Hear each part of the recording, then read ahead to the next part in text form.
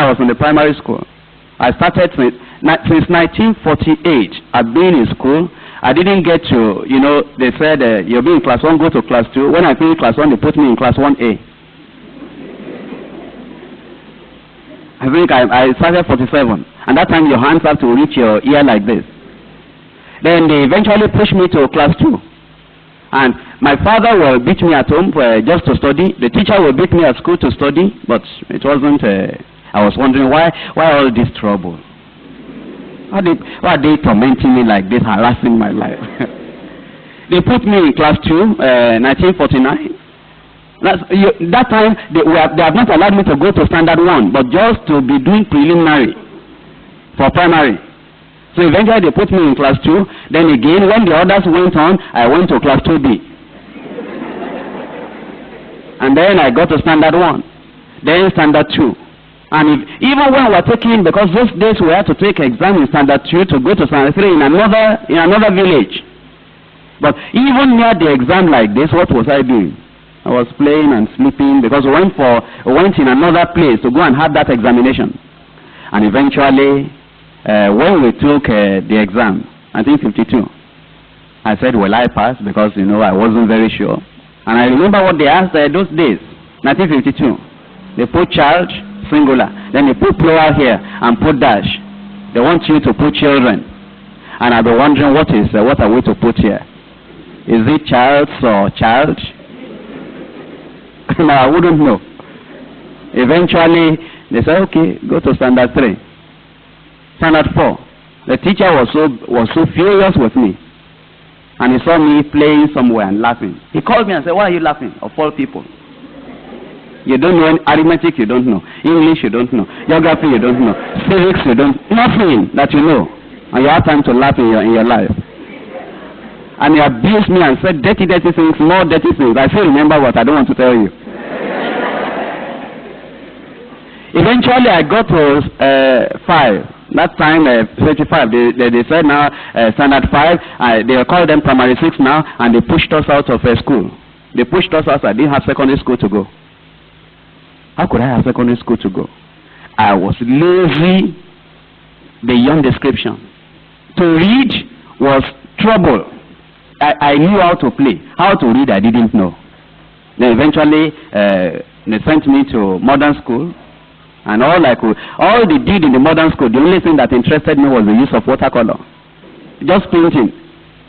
The arithmetic, the English, all the other things. I said, why are they troubling us with all these things?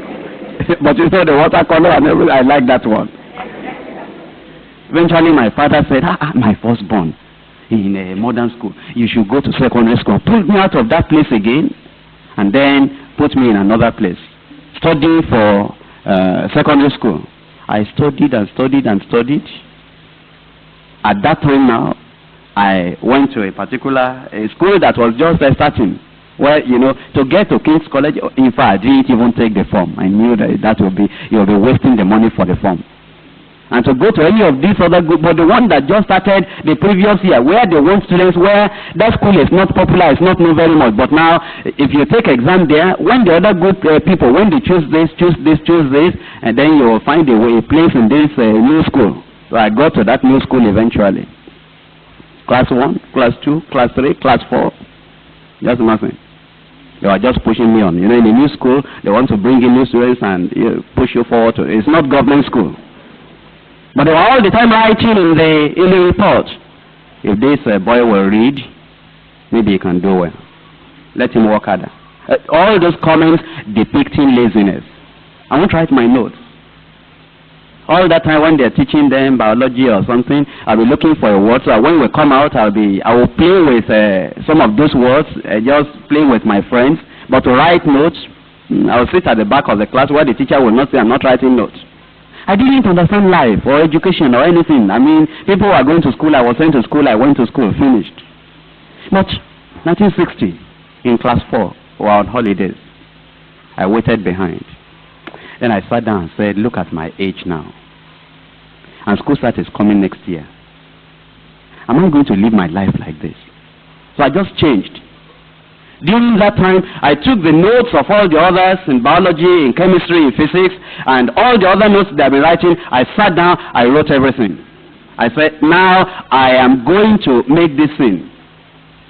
Even ordinary geometry, till class 3, I was still getting 5% in geometry.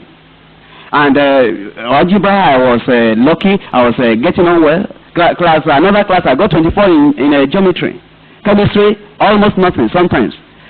Sometimes I get 0% in history, complete zero.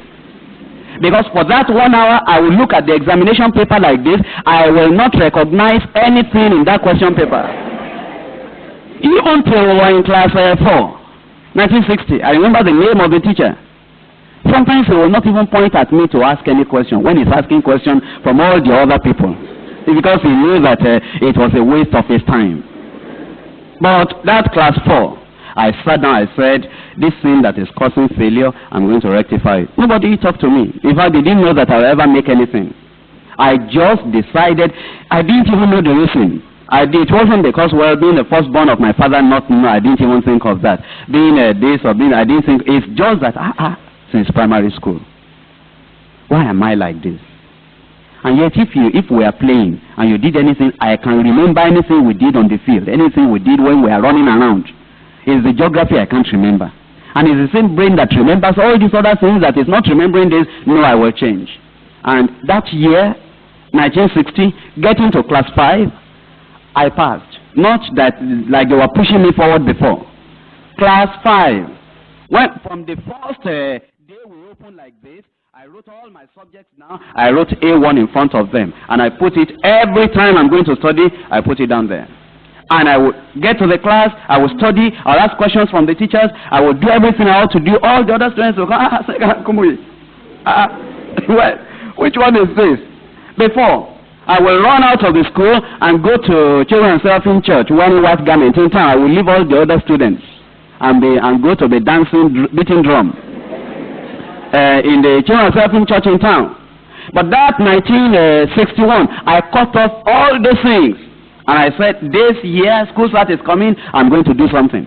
All the other students will say, and say, Kumuyi, A1, A1, A1. Because I wrote, everybody can say, I just wrote everything down there. And I studied. And you know, I had one of the best results in our class in school start. And when my father said, please, I don't have money to send you to HSC, I said, don't worry. I picked up at the advanced level on my own, and I began to study.